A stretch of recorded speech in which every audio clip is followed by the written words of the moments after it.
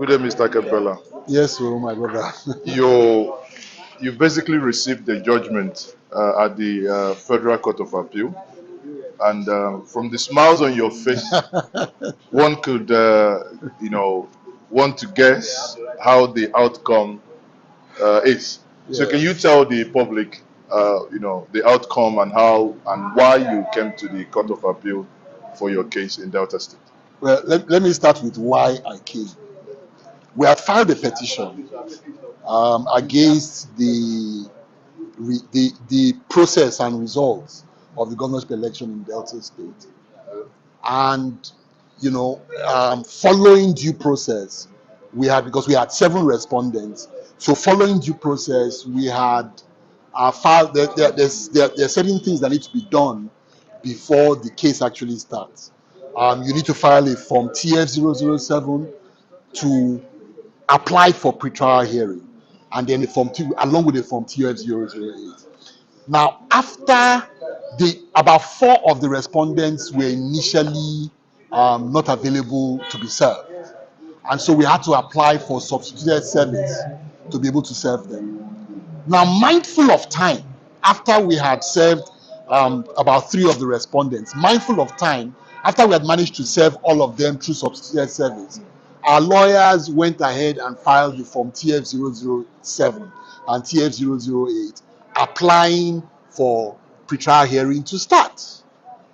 Now, pretrial hearings started, and everybody, they responded to the pleadings, they responded to all the issues, only for them to come on the day that pretrial hearing was actually, because he had been adjourned for 1 or 2 days, to complete the processes, only for the lawyers to one of the respondents to stand up and say we had abandoned our petition because we filed the application for trial hearing before it was due to be filed, and as such our petition had been abandoned. How a petition can be abandoned when everybody is responding to the issues and we're all in court, I did not understand. And so when judgment was given against all logic, judgment was given against us at the lower, at the tribunal, we determined that we will go on appeal. It's been a tough process, and we went on appeal.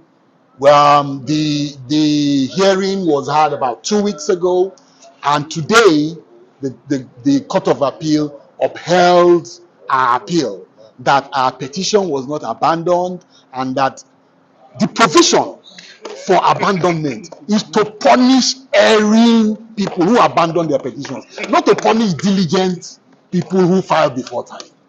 All right, so we basically are happy with the decision. We are now going back. That petition where they fear since. So where does that? Okay, so where does that leave you now? Congratulations, Your Excellency. So we're going to the tribunal to start our petition that they've been afraid to hear, and we hope that within the next 6 weeks, before the 180 days are completed, we will complete the process. So you're going back to the tribunal in Delta State? Good question. Good question. No, because the audience need to understand, is it the same Now, it is tribunal not likely Okay. to be the same tribunal, because it is obvious that once this kind of thing has happened, that tribunal will be deemed to have been biased. So what I'm sure would happen is that they would set up a new tribunal, a new panel that we will go and meet before, and hopefully that panel will not be in Asaba, it will be in Abuja. Thank you very much. And what's your message to the Obidient globally? Ha! Obidient. Yes, sir. Yes, sir. The judiciary is the hope, is the last hope of the common man. All eyes on the judiciary. The Court of Appeal today has proven that Yes, that technicalities Yes. will not be allowed Yes. in these matters. Justice must be done and must be seen to have been done. So let us continue to hope Yes. and trust that the judiciary will do the right thing in the presidential election petition. Thank you very much. Thank you. How do you feel hearing the verdict of the Labour Party Delta State gubernatorial candidate? Well, I want to say this is the greatest day of my life. My name is Dr. Peter Michael Piper. Now, you see, every time the politicians do this thing they have always done, these transactional politicians, these enemies of the people that consistently derail our country from the trajectory we're supposed to go to. And every time they do this, what do they simply say? If you don't like it, go to court. If you don't like it, go to court. As if the court is an extension of their own criminal network. Today, we're beginning to see the judiciary standing up to its true purpose as the only hope for the common man. Delta states, where we all know that our victory was stolen, has been restored today by this judgment. We're beginning to have a reinvigorated confidence in the judiciary. Some time ago, we keep saying, all eyes on the judiciary, all eyes on the judiciary. Today, the judiciary have been able to prove that indeed they can be relied upon, they can be counted upon. This is one of the greatest days for Delta State.